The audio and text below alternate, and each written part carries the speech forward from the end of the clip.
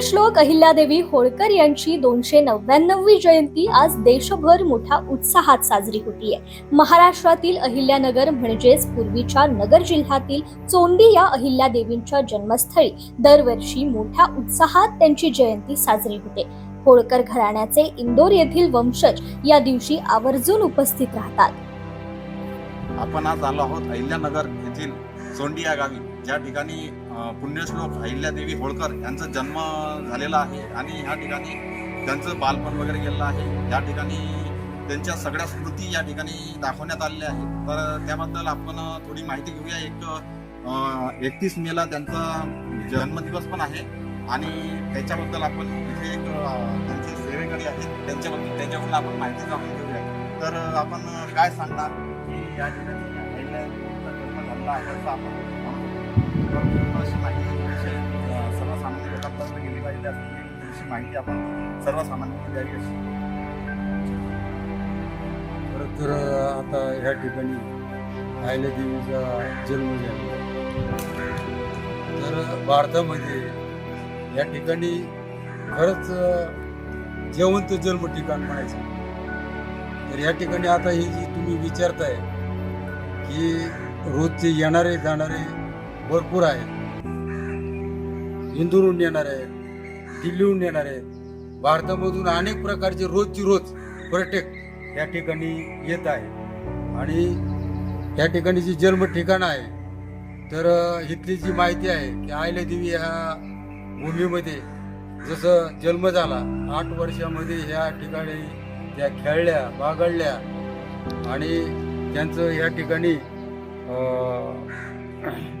इंदूरचे राजा आले मल्हारराव होळकर आणि या ठिकाणी मारुतीच्या मंदिरामध्ये त्यांचं लग्न ठरलं। आणि खरं तर तुम्हाला दाखवण्यासारखं आहे, पुढे गेल्यानंतर अहिल्यादेवी कुठं बागडल्या कुठं जन्म झाला हे आपण बघण्यासारखं आहे। भारतातनं रोज येणारे लोक आहेत की आता ही 31 मेला जयंती जी आहे अहिल्यादेवीचा जन्म हा दिन साजरा होतो।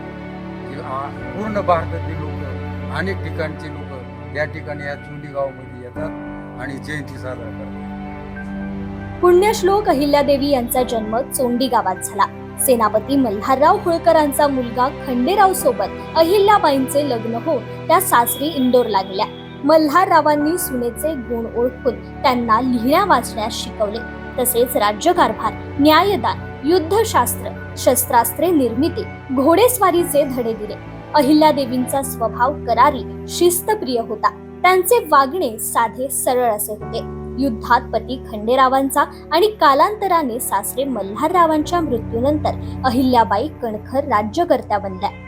हे जे ठिकाण आहे हे ठिकाण पूर्वीपासूनच असं आहे की नंतर यात काही मॉडिफिकेशन करून नंतर काही चेंज झालेले आहेत, कसं काय सांगाल तुम्ही? तर खरं तर ह्याच्यात जे बेसमेंट फाउंडेशन जे आहे हे जुनं आहे आणि मातीमध्ये लाकडं इसळल्यानंतर ह्या ठिकाणी डांगे साहेब अण्णासाहेब डांगे येऊन त्यांनी ह्या पूर्ण या जन्म ठिकाणाचा आराखडा जसा होता तसा परत तो उभा केला आणि भाविकांना बघण्यासारखा तो वाडा तो कसा आहे राजगर म्हणून त्याला नाव दिलेलं आहे। आणि बोहेर आहेत, जाणारे बाहेर जाणारे तळघर आहेत आणि परत त्या ठिकाणी जुने नाणी आहे अहिल्यादेवीचे। त्या ठिकाणी पूर्ण त्याला बावडी म्हणतो, त्याला आड म्हणतो, त्याला पहिल्या जसा आड होता तसाच त्याला आकार दिलेला आहे। त्याच्यात नवं काय असं संकल्पनेमध्ये केलं नाही, जसं जुनं होतं त्या पद्धतीने त्याचे फोटो काढून जुन्या पद्धतीने त्यांनी ते जन्म ठिकाण दाखवलेलं आहे। तर हे म्हणजे तुम्ही काय म्हटले मगाशी मातीत बांधकाम होतं सगळं हे? हो। तर हे पूर्ण जे मॉडिफिकेशन केलं आहे कोणी केलं आहे म्हटलं तुम्ही? अण्णासाहेब डांगे हे त्यांनी सर्व हे डेव्हलप केलं आहे इथलं सर्व? हो। आणि वरती आता समजा तुम्ही काय दाखवताय, समजा नाणीघर हे ते दाखवा, आपण दाखवूया इकडे। हा दाखवू शकतो।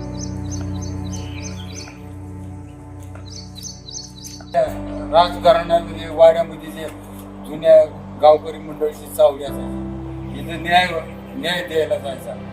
जसं कोर्टामध्ये ह्याच्यामध्ये गावचे न्याय होता तो चावडीत होता। त्या संकल्पनेमधून चावडी तर ह्या ठिकाणी अहिल्यादेवी कधी इंदोरहून आल्या तर ह्या ठिकाणी ह्या विश्रामगृहामध्ये आराम करायच्या आणि राज्यकारभार इथून काही दिवस त्यांनी चालवला चोंडीतून. आणि या ठिकाणी तळघर सुद्धा आहे की आराम किंवा अनेक प्रकारचे तळघर या रूममध्ये आहे विश्रामगृहामध्ये. तुम्ही या बघू शकता येऊन कसं आहे कसं नाही.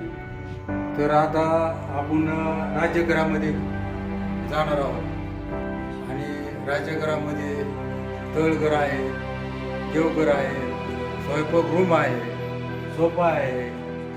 अजून पुढे या आणि समक्ष तुम्ही येऊन पहा. त्या साईडला ओसरी आहे, तिकडं या ठिकाणी समोर अहिल्यादेवीचे जे आई वडील आहेत ते समोर तुम्ही बघा. साईडला त्यांचे भाऊ आहे, भाऊजे आहे. या साईडला कोठडी आहे, कुठं धान्य वगैरे काही सामान वगैरे असेल तर या ठिकाणी ह्या राजवाड्यात आहे. ही जुनच आहे. हे पूर्वाची ही जी कोठडी आहे, सामान वगैरे धान्य वगैरे ठेवायचे, हे जुनच आहे. पूर्ण इमारतीची हवा जी दूषित झालेली हवा आहे ह्या सज्जा वाटतो. वरती पूर्वीचे जे माळाला सौम्य असायचे, उजेड येण्यासाठी, हवा जाण्यासाठी, येण्यासाठी तो ह्या सज्जामध्ये आपण आता आलेला आहोत. ज्या पद्धतीने होता त्या पद्धतीने तो बोलून गेलेला आहे. त्यात बदल काही केलेला नाही. आणि आता आपण बाल्कनीमध्ये आलो. बाल्कनी त्या पद्धतीने ज्यावेळेस अहिल्यादेवी यायच्या त्या बाल्कनीमध्ये उभा राहायच्या आणि निसर्ग नदी, शिना नदी या ठिकाणी ते आनंद लुटायचे. कुठं कसं आहे, काय आहे, काय नाही. ही शिना नदी आहे. त्या शिना नदीच्या काठावर चोंडी एक गाव आहे. ह्या अहिल्यादेवीचा या ठिकाणी जन्म झाला. खरं तर सांगायसारखं आश्चर्य आहे की भारतामध्ये फक्त पुण्यश्लोक अहिल्यादेवी अशा माता कुणीही इथून पुढं होऊ शकत नाहीत. माझं नाव अशोक राजगुरू. मी ह्या ठिकाणी राखणदार म्हणून आणि एक झाडूवाला म्हणून नेमलेला आहे आणि मी सेवा जेवढी करीन येणाऱ्या जाणाऱ्याची तेवढी मी सेवा करीत राहील. चोंडी या त्यांच्या जन्मगावी असणाऱ्या त्यांच्या वाड्यात अहिल्यादेवी यांचे स्मारक आहे. त्यांच्या पुतळ्याच्या आसपासच्या संपूर्ण परिसरात मोठ्या प्रमाणात वृक्ष लागवड करण्यात आली असून त्या ठिकाणी नक्षत्र वन करण्यात आलंय. त्यासोबतच आयुर्वेदिक औषधांबद्दल सुद्धा उपयुक्त अशी माहिती देण्यात आली आहे. अशा या महान पुण्यश्लोक अहिल्यादेवी होळकर यांच्या जन्मस्थळाची माहिती घेतलीये आमचे प्रतिनिधी संतोष हुलथे यांनी. पुण्यश्लोक अहिल्यादेवी होळकर यांच्या जन्म ठिकाणाबद्दल अशोक राजगुरू इथले सेवेकरी जे आहेत यांच्याकडून आपण माहिती घेतली आहे. त्यांनी आपल्याला छानपैकी माहिती दिली आहे या स्थळाबद्दल. तरी धन्यवाद.